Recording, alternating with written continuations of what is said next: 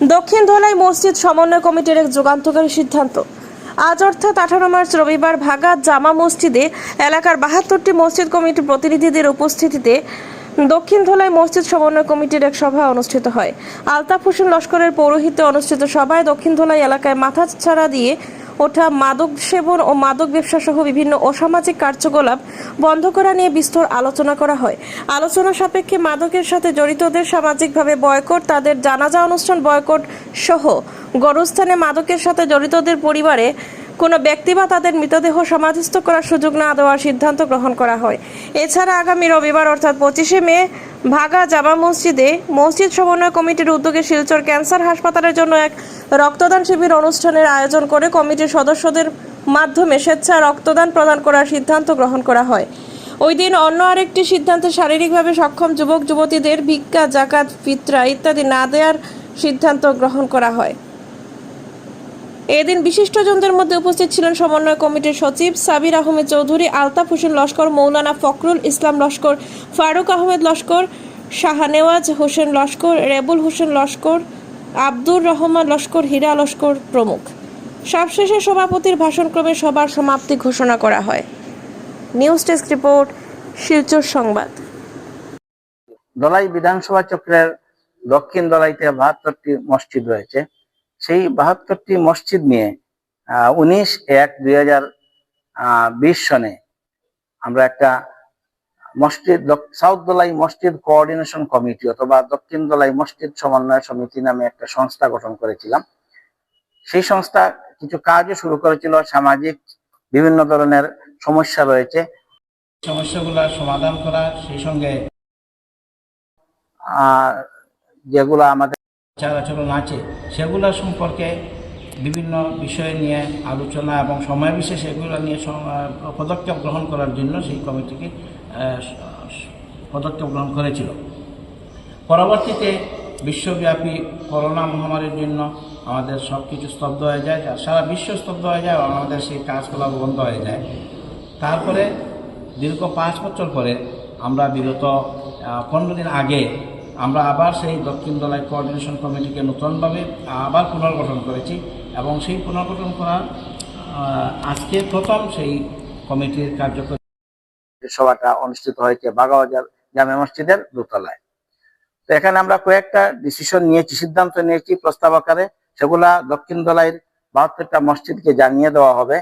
তার মধ্যে সবচেয়ে গুরুত্বপূর্ণ যে 3টা, সেই 3টা সম্পর্কে আমি আলোকপাত করছি। 1 নম্বর হলো আমরা আগামী রবিবারে তারিখটা আমি বলতে পারছি না, আজকে এক রবিবার, পরের রবিবারে সকাল 10টায় আমরা দক্ষিণ ধলাই মসজিদ কোঅর্ডিনেশন কমিটির পক্ষ হতে একটা স্বেচ্ছা রক্তদান শিবির বাগাবাজার জামে মসজিদে অনুষ্ঠিত করব।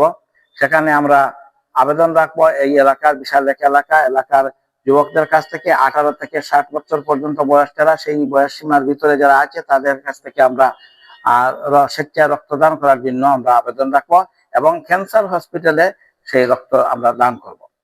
সেটা একটা প্রধান ডিসিশন। দ্বিতীয়টা হলো আমরা যে মূল উদ্দেশ্যই ছিল এই সংস্থাকে আবার পুনর্গঠন করা, সেটা হলো যে এই অঞ্চলে ড্রাগস, নেশা জাতীয় দ্রব্যের ব্যবহার, কারবার এগুলা অত্যন্ত বেশি ছড়িয়ে পড়েছে এবং সমাজের যুব সমাজ অত্যন্ত বিপদগামী হচ্ছে। সেটা একটা ভয়াবহ অবস্থা, পরিস্থিতি। সেই পরিস্থিতি থেকে মুক্তি পাওয়ার জন্য আমরা কিছু সিদ্ধান্ত নিয়েছি আজকের এই সভায় এবং সেই সিদ্ধান্ত আমরা সব মসজিদ কমিটিগুলোকে জানিয়ে দেব। এখান থেকে সবার কাছে লিখিত আকারে আজকের যে প্রস্তাব যে 3টা নিয়েছি, যাতে এই বিভৎস কাজ প্রতিহত করা যায়, সেই উদ্দেশ্যে 1 নম্বর হলো যে কোনো ড্রাগ সেবনকারী, নেশা জাতীয় যে কোনো নেশা জাতীয়, শুধু আমরা ড্রাগস বলতে এখানে মাদক দ্রব্য যেটা আমরা সচরাচর যেটা হিরোইন টিরোইন যেগুলো বলি সেগুলো শুধু না, সেগুলোর সাথে মদ বা অন্যান্য আফিং এগুলা সেবনকারী যারা আছে এবং ব্যবসার সাথে জড়িত যারা আছে তাদের পরিবারের তাদের কেউ মৃত্যু হলে কোনো মসজিদে ভালো আলিম ওলামা তাদের বা মসজিদের ইমাম তাদের জানাজায় অংশগ্রহণ করবেন না। আজকের এটা একটা বড় সিদ্ধান্ত, করবেন না বলে তারা আশ্বস্ত করেছেন আজকের যারা উলেমা সমাজ ছিলেন এখানে তারা, এবং সেটা প্রত্যেকটা মসজিদের কমিটির উপরে নির্ভর করে সেটা বাস্তবায়ন করা। আমরা জানিয়ে দেবো যে আজকে দক্ষিণ ধলাই কোঅর্ডিনেশন কমিটিতে সেটা আমরা সিদ্ধান্ত নিয়েছি, এবং প্রত্যেকটি মসজিদ কমিটির উপরে সেটা নির্ভর করবে তারা কতদূর সেটা বাস্তবায়ন করবে কি করবে না। কিন্তু আমরা আবেদন রাখবো এই সর্বনাশা মাদক দ্রব্যের ব্যবহার থেকে এবং নেশা জাতীয় দ্রব্যের কারবার থেকে, চোরা কারবার থেকে সমাজকে মুক্ত করতে হলে প্রত্যেকটি মসজিদ কমিটিকে এগিয়ে আসতে হবে। এবং সেই উদ্দেশ্যে আমরা আজকে লিখিত আকারে আমরা 3টা পয়েন্ট দিয়ে দেবো। সেটার মুখ্য প্রথম পয়েন্ট আমি বলেছি, যেটা হলো যে জানাজা করতে কোনো ভালো আলিম উলামা তাদের জানাজা করবেন না, ইমাম জানাজা করবেন না। 2 নম্বর হলো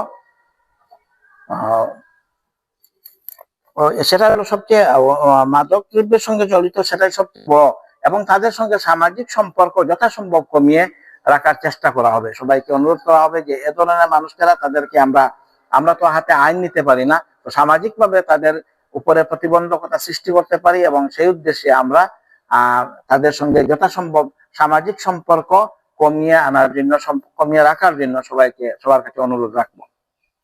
এই 2টা সিদ্ধান্ত। আর 3য় সিদ্ধান্ত হলো ভিক্ষাবৃত্তি। মুসলিম সমাজে ভিক্ষাবৃত্তি অত্যন্ত বেশি ছড়িয়ে পড়েছে। আমাদের এত অঞ্চলে, শুধু এত অঞ্চলের ভিক্ষুক না, কিন্তু বাহির থেকে অনেক দূর দূরান্ত থেকে বাগাবাজারে ভিক্ষাবৃত্তির জন্য যুবক যুবতীরা এসে যায়, বিশেষ করে মেয়েরা। একবারে 15-16 বছর, 20 বছরের 22 বছরের যুবতীরাও এসে যায় এখানে ভিক্ষার জন্য। সেই ভিক্ষাবৃত্তি যাতে নিয়ন্ত্রণ করা যায় এবং তাদেরকে নিরুৎসাহ কিরকম ভাবে করা যায়, সেজন্য আমরা ঠিক করেছি যে এখন থেকে আমরা যে মসজিদে যে তহবিল আছে, মিসকিন ফান্ড, সেই মিসকিন ফান্ড থেকে আমরা জাকাত, যেটা সংগ্রহিত জাকাত থেকে আমরা দান করে থাকি। এ ধরনের শারীরিক বা সম্পূর্ণ সক্ষম এবং বয়স একদম 15 থেকে 20, 30, 25 বছর পর্যন্ত বয়স যারা, তাদেরকে আমরা এগুলা জাকাত থেকে আমরা তাদেরকে জাকাত প্রদান করব না। সেটা বাহির থেকে হোক এবং আমাদের এলাকার হোক, করব না। বরং আমরা প্রত্যেকটি মসজিদ কমিটিকে অনুরোধ করব তাদের সেই মসজিদের এলাকায় যুবক সমাজের কাছ থেকে, যুবকদের মধ্যে দিয়ে একটা আলাদা একটা টিম, 5-7 জন একটা টিম গঠন করে দেওয়া, যে টিম ঘরে ঘরে গিয়ে তথ্য সংগ্রহ করবে যে প্রকৃত মিসকিন কে, প্রকৃত দরিদ্র কে, যাকে জাকাত দেওয়া যায়।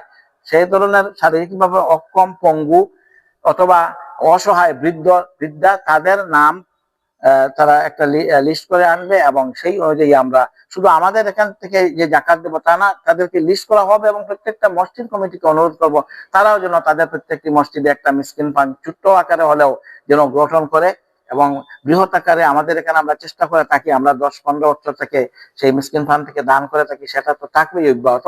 সেই সঙ্গে আমরা অনুরোধ রাখবো এই ধরনের অসহায় বৃদ্ধা এবং বিকলাঙ্গ, পঙ্গু, অন্ধ যারা, তাদেরকে সাহায্য করার জন্য প্রতিটি মসজিদ যেন উদ্যোগ গ্রহণ করে ব্যক্তিগতভাবে।